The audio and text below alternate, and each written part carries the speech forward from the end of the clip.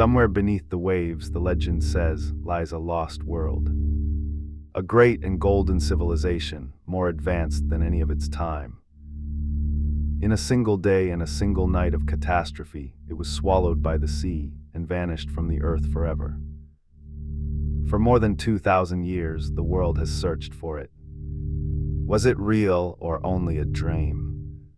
This is the story of Atlantis. Welcome to Curio Hour, where we uncover the strange, the unsolved, and the unforgettable. Today's story, Atlantis. The story of Atlantis does not come from sailors' rumors or dusty myths of unknown origin. It comes from one of the greatest thinkers of the ancient world. Around 360 years before the Common Era, the Greek philosopher Plato wrote two dialogues, the Timaeus and the Critias. And in them, he told the tale of Atlantis. Plato claimed the story was true and that it had been passed down a long chain. From Egyptian priests to the Greek statesman Solon, and finally down to Plato's own time.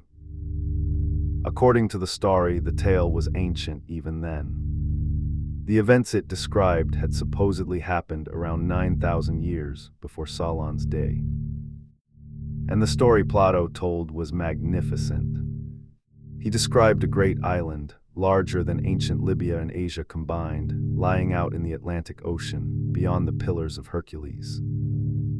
On this island stood the kingdom of Atlantis, a powerful and wealthy naval empire, ruled by mighty kings descended, it was said, from the sea god Poseidon himself.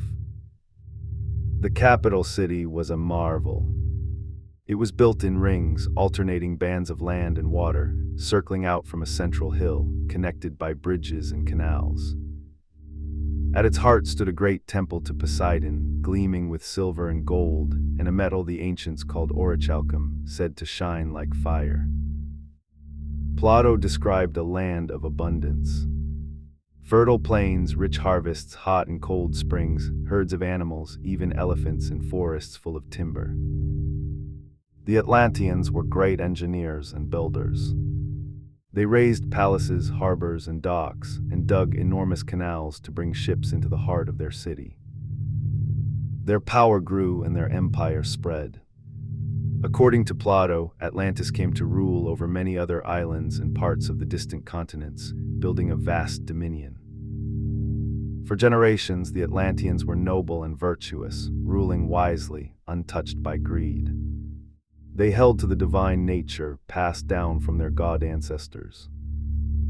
But over time, Plato wrote, that divine nature faded.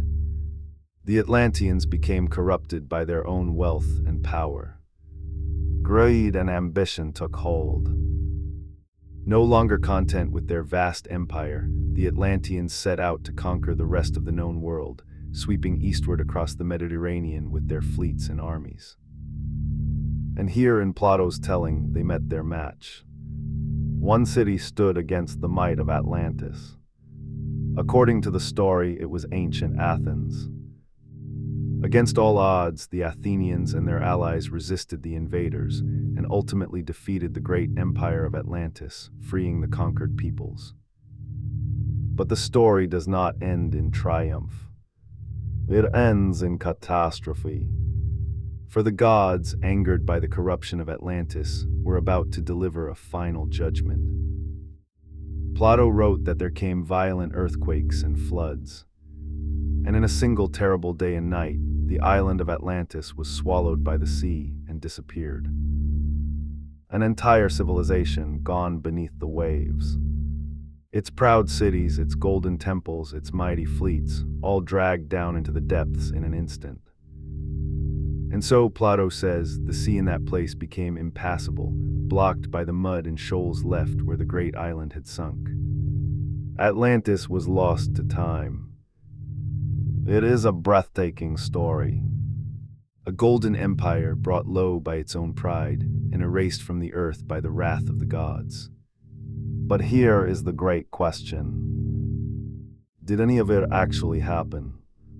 Was Atlantis a real place, a true memory of a vanished civilization? Or was it something else entirely?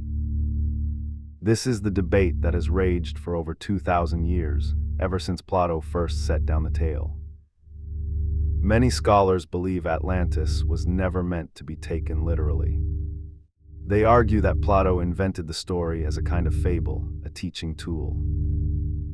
In this view, Atlantis is a warning. It represents a powerful, arrogant civilization, while idealized Athens represents virtue and balance. The story is about pride, corruption, and downfall. It is striking that no earlier Greek writer ever mentions Atlantis. The story appears fully formed only in Plato's work, which makes some suspect he created it himself. Even Plato's own student, the great philosopher Aristotle, was reportedly skeptical, suggesting that the man who invented Atlantis had also made it sink. And there are real problems with taking the tale literally. The date Plato gives, around 11,000 years ago, places Atlantis deep in the Stone Age. There is no evidence that any advanced, city-building naval empire existed anywhere on Earth at that time. The scale and timing simply do not fit what we know. And yet the story refuses to die. Because many believe that even if Atlantis is a fable, it may be woven from threads of real events and real places. After all, Plato was writing in a world that remembered real catastrophes. Earthquakes, floods, and tsunamis were known to swallow cities. Such things truly happened. And so the hunt for a real-world inspiration for Atlantis has produced dozens of candidates, scattered across the globe. Some have looked far out into the Atlantic, as Plato's geography suggests, proposing islands or sunken lands in the deep ocean. But no convincing ruins have ever been found there. Others have placed Atlantis in the most exotic locations imaginable, from the Caribbean to Antarctica, but these ideas rest on speculation rather than evidence. But there is one theory that many scholars take seriously. It does not look across the Atlantic at all. It looks much closer to Plato's home in the Mediterranean. And it centers on a real catastrophe, one of the most violent events in the ancient world. The eruption of a volcano on the island we now call Santorini. In the Bronze Age, this island, also known as Thura, was home to a flourishing culture connected to one of the most advanced civilizations of the age.